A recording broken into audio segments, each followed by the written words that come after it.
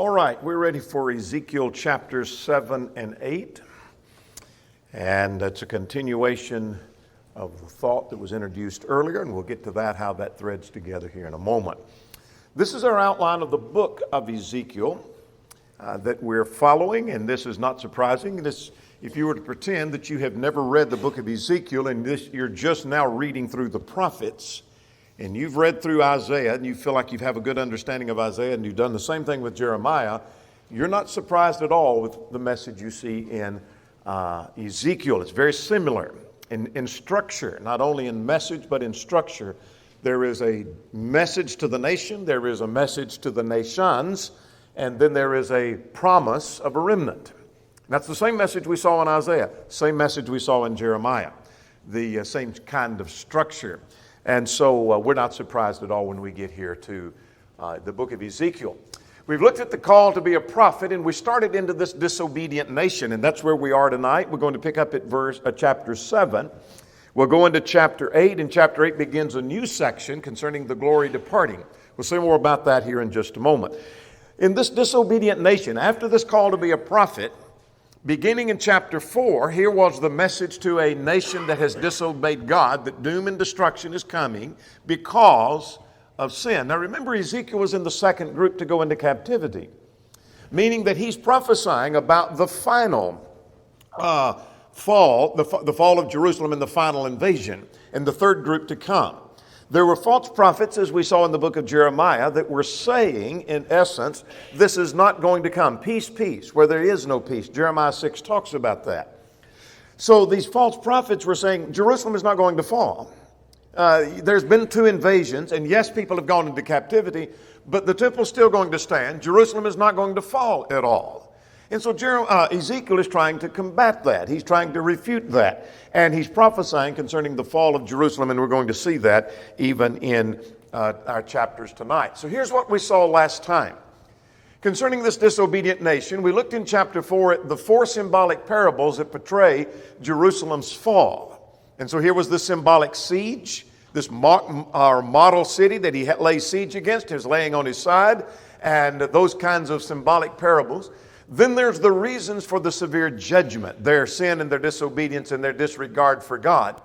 In chapter 6 and 7, the focus is on the devastation of the land. Here is the destruction that is coming. Already there has been destruction. More is to come because of what's taken place. So we saw the destruction is decreed upon the land. There would be a remnant that would be spared. And then we saw the fact that the idolaters are going to fall by their idols. Now let's continue that now in chapter 7. Chapter 7, verses 1 to 9 talks about the certainty of the judgment. We'll come back to that in a moment. Then the rest of the chapter talks about that desolation being described in 4 categories of destruction. There's going to be this social disruption, the military disruption, an economic disruption, and a political disruption. I borrowed those phrases from Harkrider's work on the book of Ezekiel. So let's talk about the certainty of this judgment, the certainty of God's promise. And I want you to notice a word, and you might underline it as I have throughout, and that's the past tense word has. And we're going to make a point about that. You have something in your handout about that. It said, moreover, the word of the Lord came to me, saying, and you, son of man, thus says the Lord to the land of Israel. This is what God says. The end, here's your word, has come. I'm going to call attention to the rest of those, but let's just stop and talk about that. The end hasn't come yet. The end is going to come. Talking about the Jerusalem falling is what he's talking about, but what does he mean? It has come. God often speaks of things in the future as if they're in the past. That's called prophetic perfect. He speaks of things that are not as though they are. Romans chapter 4. So that's the reason God does that is because of the certainty of God's promise. If God says something is going to happen, you mark it down in past tense because it's going to happen. You can say it has been done because it's going to happen. So that's why God speaks in past tense of the future. So notice this several times. The end has come. You might underline these as we get to them. Upon the 4 corners of the land, the end has come upon you. I will send my anger against you according to your ways. So it's because of your ways and your sins, I will repay you for all your abominations. Here's the reason for it. And so it's because of your sin, because of your disobedience, my eye will not spare. Notice at verse 4, there is going to be no mercy. It's reached the point, the height of the sin has reached the point, God's not going to show any mercy now. And so I'll not spare you, nor will my eye pity you. I'll repay you according to your abominations, and that shall be in your midst. And then, you might underline this phrase, this is one of the 63 times, then you shall know that I'm the Lord. Now, that's the thing they've been missing. They have not recognized God as their ruler, but you're going to know I'm the ruler when what I promise comes to pass. You think it's not going to happen. I'm telling you it's going to happen. When it does happen, then you know I'm the ruler. You know I'm the Lord. And so we see that phrase again. No mercy is shown. Now, if this is spoken about 593 to 592 BC as we think, then within 5 to 6 years, it's going to come. So it's going to come shortly, but still it's in the future, and God speaks of it as past tense. Now we're going to see more about that as we go through verse 9. Now notice at verse 5, a disaster, a singular disaster. Behold, it has, here's your word again, has come. Let's talk about that singular disaster. The English Standard, I believe it is, and perhaps the American Standard, and I think the New American Standard, use a phrase similar to this, disaster after disaster, or disaster upon disaster. I like the New International on that. It's unheard of disaster. You're going to face disaster that's unheard of. There have been occasions where a nation would know of maybe invading Jerusalem, taking some captives, but the fall of Jerusalem and the destruction of the temple, it's unheard of. And so there's going to be unheard of disaster. So notice again, verse 5 and 6, the end has come, the end has come, behold, it has come, and doom has come, the time has come, verse 7. On and on, God said, it has happened, it has happened, it has happened, it has happened, it has happened.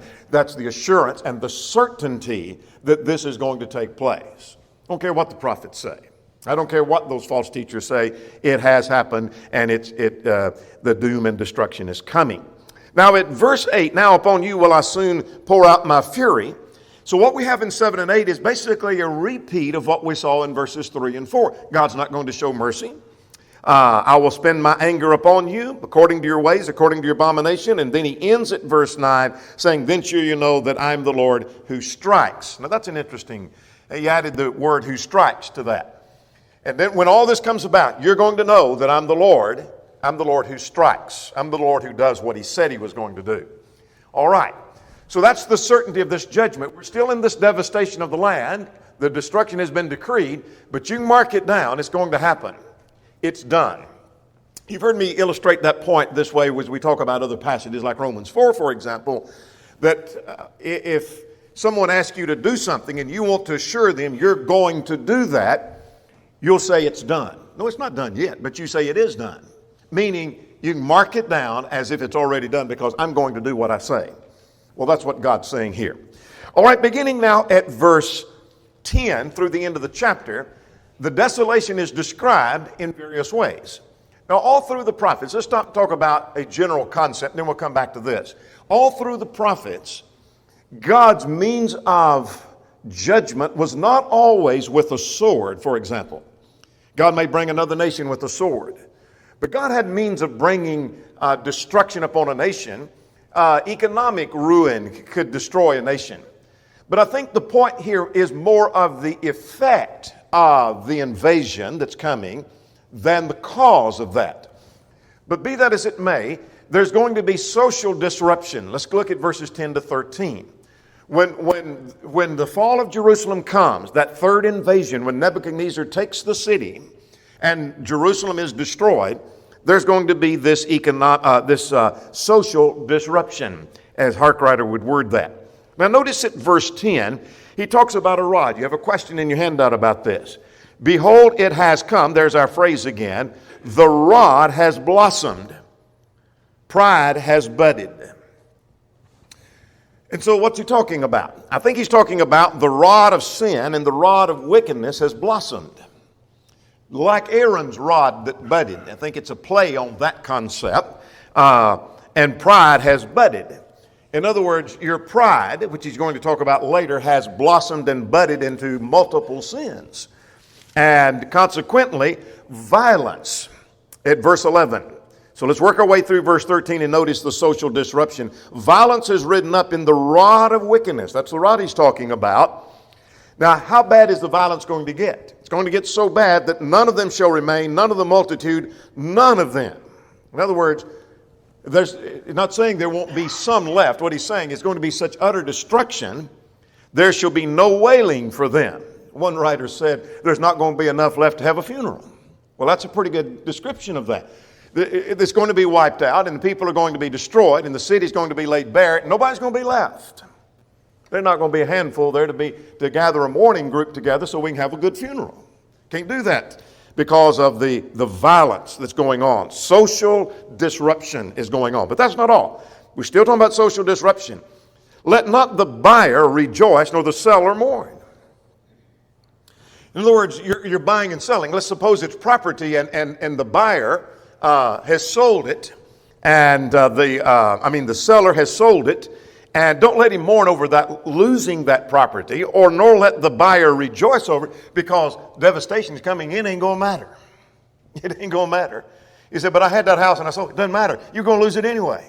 Well, I just bought this house. Doesn't matter. You lost it in this devastation that's coming. There's going to be this social disruption. This ain't going to be pretty when this comes. Now, this sounds like gloom and doom. Yeah, you're right. It is gloom and doom. This doesn't sound like an encouraging word. No, it's not an encouraging word. It wasn't intended to be an encouraging word. It was saying there is judgment that's coming. Beware. Get ready. It's on its way. Then at verse 13, the seller shall not return to what was sold, though he's still alive. In other words, when all this is settled, he's not going to come back. There's nothing to come back to. He's not saying there won't be a remnant to come back. He's just trying to describe the utter destruction that takes place in this invasion. Now then, there's going to be military disruption. As Harkwriter words that, 14 to 18. Let's work through that. Military disruption. They will have blown the trumpet and made everyone ready. That's a signal for war. They blow the trumpet, makes everyone ready, and no one goes to battle. Can you picture in modern day when the commander-in-chief said, I'm ready to declare war on this nation, send the air forces in, and no plane comes.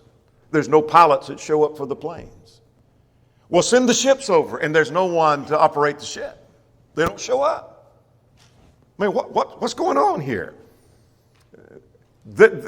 I thought we were ready for war. No one shows up. No one turns out. Now, here's what's going to happen. No one goes to battle. That suggests a lack of courage. No one goes out because they're afraid. And for my wrath is all on the multitude. Now look at verse 15. The sword is on the outside, and pestilence and famine within. What do you mean by that? Whoever's in the field will die by the sword, and whoever's in the city, famine and pestilence will devour him. So in other words, what's going to take place in the city in this military disruption, no one's going out to fight. And those outside the city will face the battle of the sword, and those inside are going to die of pestilence. This is going to be utter devastation and utter destruction.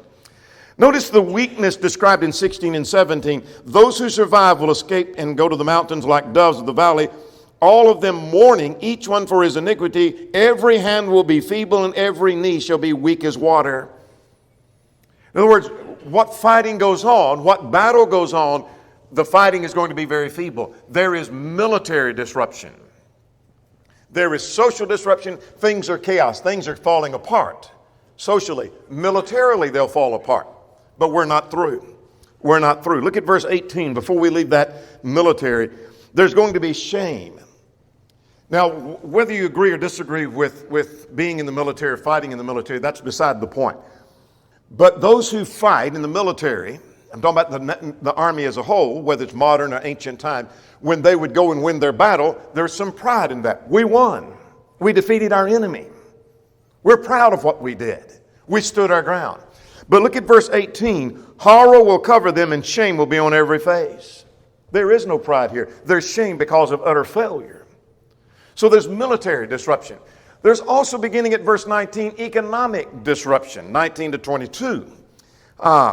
They will throw their silver in the streets and the gold like refuge. In other words, gold and silver is worthless. I think it's a description a picture, a symbolic kind of description. Not literally they're throwing gold in the streets, but they might as well because it becomes worthless. It's like having a stack of $100 bills. If they're worthless, you might as well throw them to the wind. You might as well throw them in the trash if you can't buy anything with them. If the stock market has crashed and that's worthless now and we can't do anything with that money, well, the same thing here. It's like they're throwing their money away because it's worthless. They shall not be satisfied nor fill their stomachs because it became their stumbling block of iniquity. Let's talk about that phrase for a moment. In other words, their wealth, their gold and their silver became their stumbling block of iniquity. Perhaps trusting in their gold and their silver more than in their God. Obviously, they did not know that God was their Lord, as they should have. Then shall you know that I'm the Lord. Perhaps they thought they could buy some protection. Their money is no protection to them at all. Now, beginning at verse 20, we're still talking about this economic disruption, but he turns his attention to the temple. Remember, we saw a phrase in Jeremiah where they were giving homage to the temple, that we have the temple, and as long as we're by the temple of the Lord are these. In other words, as long as we've got the temple, everything is okay. As far as, look at verse 20, as far as the beauty of his ornament, he set it in majesty. I think he's talking about the temple here. But they made from it the images of their abominations. In other words, they took gold and silver from the temple and they made idols out of that. And they're detestable things. Therefore, I have made it like refuge to them. In other words, this honored temple that was revered, they thought would be their talisman, their good luck charm in essence. God said, I've made it like refuge to them. I will give it as plunder into the hands of the stranger. I'm going to let Nebuchadnezzar destroy it. That's what he means. And they shall defile it. And I will turn my face from them, and they will defile my secret place. That's why I think he's talking about the temple. For the robber shall enter it and defile it. God said, I'm going to let that happen. Here's something, footnote here. I'm learning from that God allows things that he does not cause. So you say, well, God destroyed the temple. No, God didn't destroy the temple. God allowed Nebuchadnezzar and the Babylonian army to destroy Jerusalem and the temple. God could have stopped it, but he didn't. He said they've already destroyed the significance of that by taking it and turning to idolatry and taking the gold and the silver, making idols. They've already destroyed it. I'm going to let it be destroyed. I'm going to give it to the hands of a stranger. And consequently, that's in this context of this economic disruption. Let's talk about the political disruption. Now to finish the chapter. Make a chain, symbolic, I think, of captivity. We've already seen in chapter 4 that Ezekiel did some things symbolically, like laying a siege against this model city on the clay tablet, laying on his side, bound up in ropes, symbolizing the crushing pressure of captivity. We're not through with those symbolism. Make a chain. Perhaps he is to, as he preaches and teaches, takes a chain to symbolize captivity. But be that as it may, the reason for that, for the land is filled with crimes of blood. And the city is full of violence. This is why this is going on. This is why God's going to take the city down. Therefore, I will bring the worst of the Gentiles. That's interesting. The worst of the Gentiles. That's Babylon. So how do you know it's Babylon? Because history shows that that's what the nation that invaded Judah and took Jerusalem. Well, that makes me think of Habakkuk, because you remember Habakkuk said, who cried out saying, Lord, how long are you going to let this go on? And God said, well, I'm going to send the Chaldeans, Babylon in. And Habakkuk couldn't get over that. That's more wicked. I know our people are wicked, but that nation is far more wicked. How could you do that? Well, they were viewed here. That's the point I'm trying to make, is the worst of the Gentiles. And they'll possess their houses, and I will cause the pomp of the strong to cease, and their holy places shall be defiled. Go back and look at verse 24 there. I will cause the pomp of the strong to cease, their arrogance and their pride. fact, it's translated pride, English Standard, American Standard, and I think New American Standard. Here's what brought them down, is their own pride. We'll see the evidence of that pride in chapter 8. Pride, time and time and time again. And so the holy places are going to be defiled. Destruction comes and they'll seek peace. Now this gets interesting here. It's obvious that destruction is coming on Jerusalem, they're going to be seeking peace. And disaster will come upon disaster. That reminds you of verse 5. Remember that? That singular disaster, disaster upon disaster, unheard of disaster. Might make a marginal note to see verse 5. Talking about the same thing. Disaster will come upon disaster, and rumor will be upon rumor. What's the rumor about? I take it that refers to their fear. Their fear is going to cause them to seek answers and perhaps some consolation. As it looks like the army's getting closer, Nebuchadnezzar's getting closer, and he's getting closer, and he's beginning to penetrate the wall of the city, that we want some answers. We want some answers from a prophet that says this is not going to happen. Let's stop there for a moment. Let's go to Jeremiah 6. Jump over to Jeremiah 6. I alluded to this earlier, beginning at verse 13.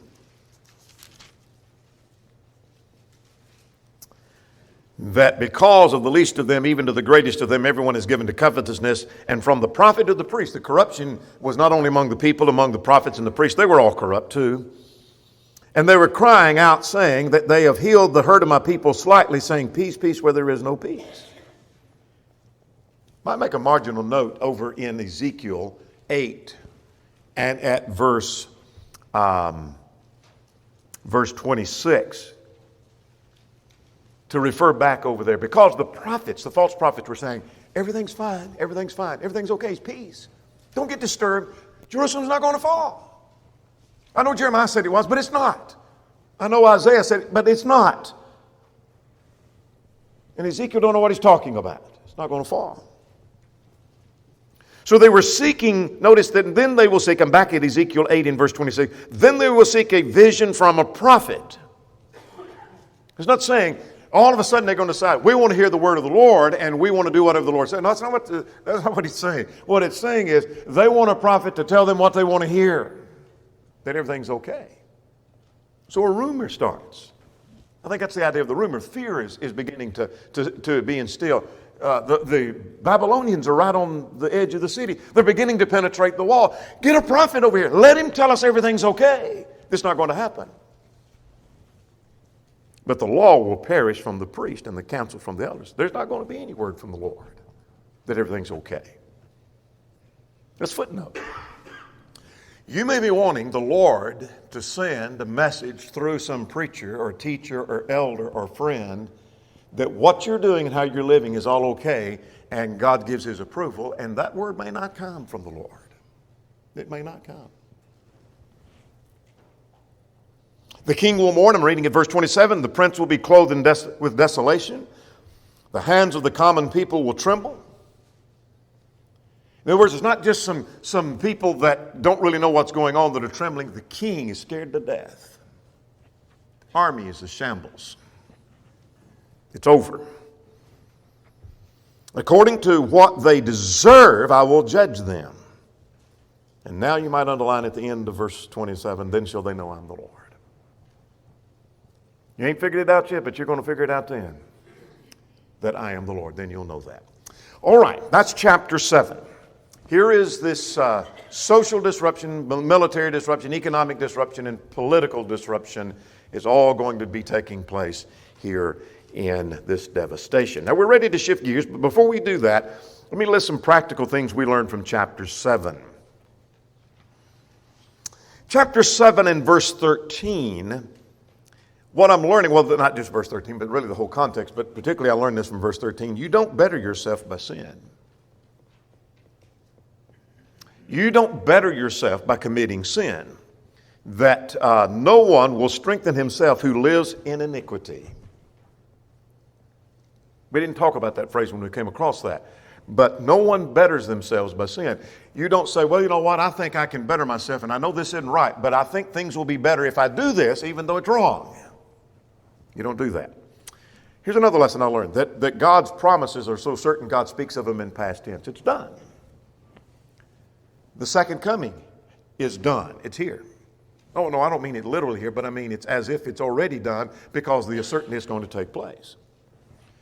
And in these 4 sections here, the social, military, economic, I'm learning that sin affects every aspect of our lives.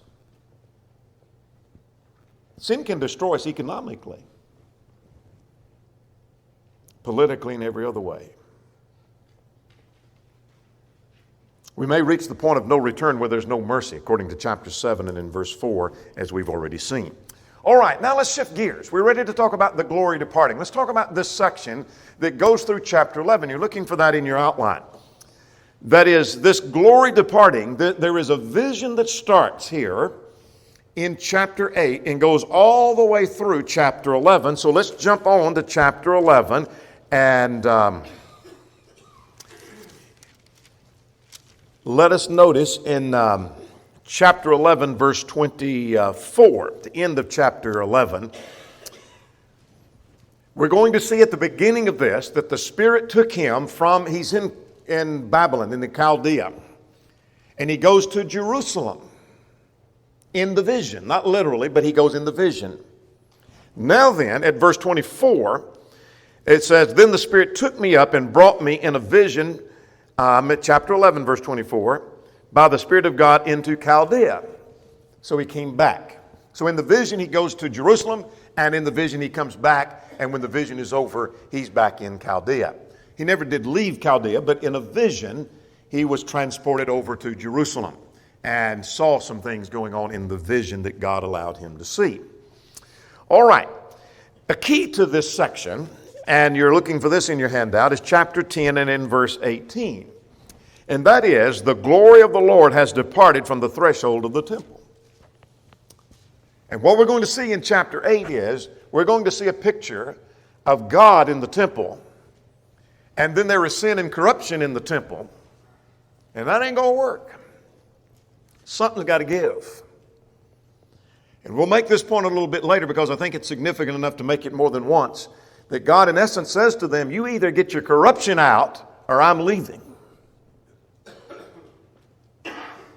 And God left and allowed them to destroy the temple.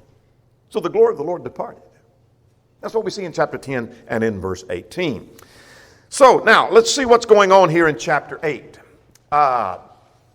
We see idolatry is in the temple. This is the whole point of chapter 8 is, here's the corruption.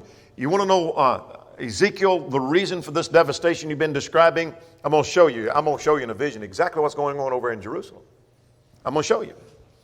So let's talk about some things here in chapter 8, verse 1. Came to pass in the 6th year, in the 6th month, and the 5th day of the month. That would be about 590 BC. Dan King dates that at 592. If Dan says that, it's worth considering. He may be right, may be wrong, but it's worth considering. But I don't think 92 or 90 is a big critical deal for most of us in studying this. But 590 approximately BC is when this is taking place.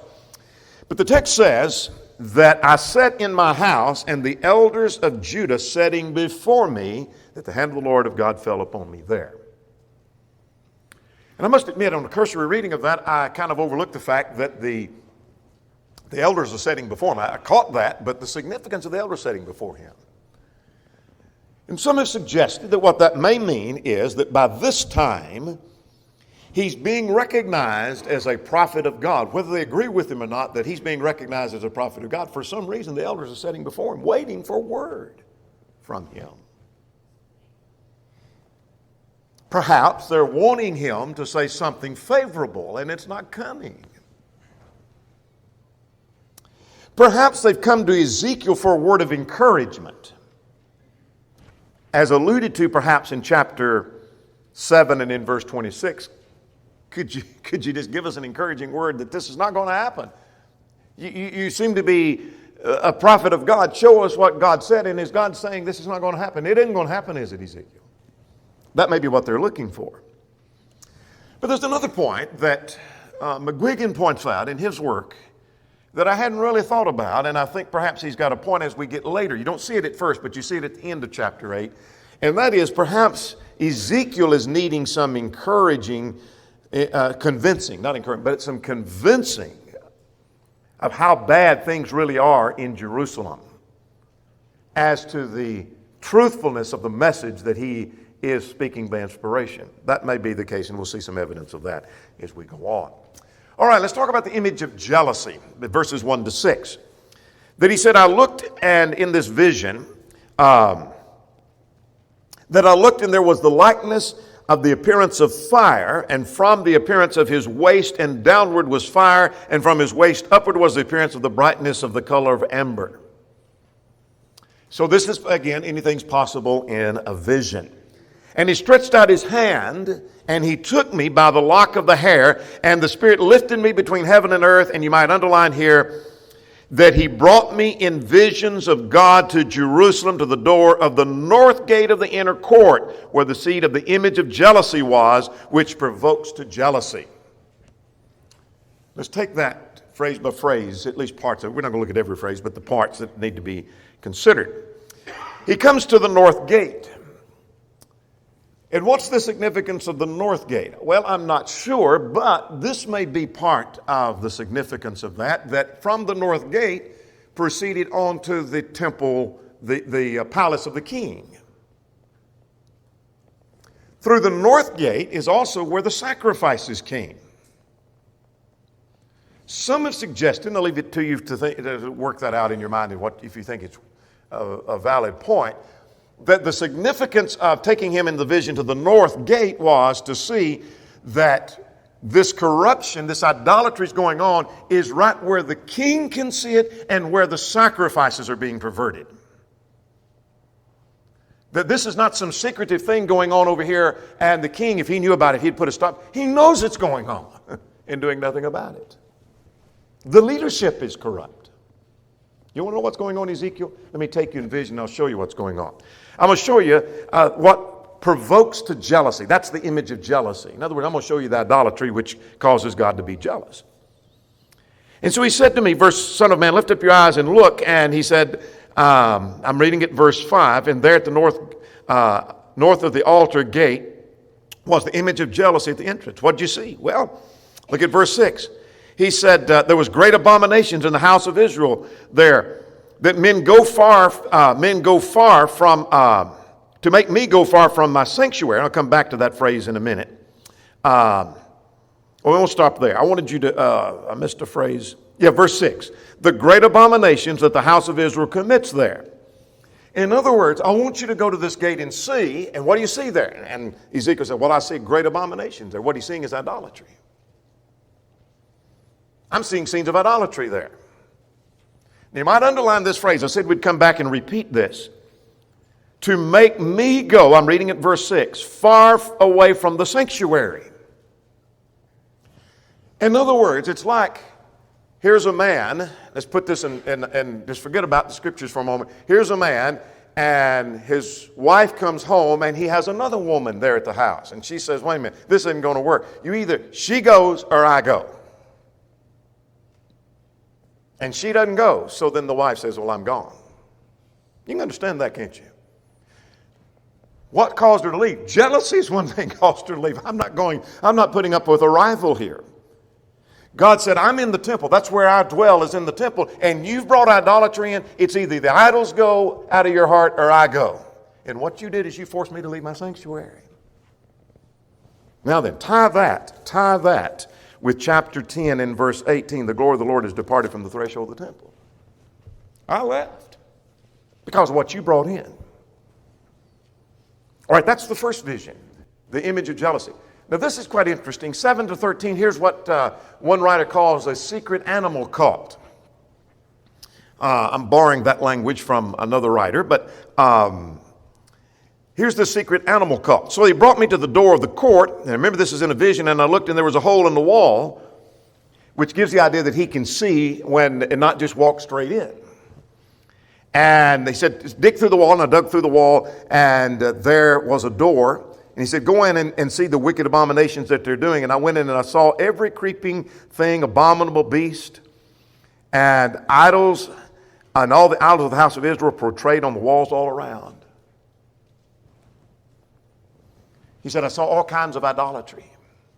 And I saw images of their idols all around. I saw that as I peeked through the wall. And he said there were 70 men of the elders of the house of Israel in their midst. And Jazaniah, the son of Shaphan, now who is that? 2 Kings 22 talks about him being a faithful man. He perhaps, King suggests, that he may have been the Secretary of State under Josiah. He read the scriptures to Josiah. And his son's involved in this.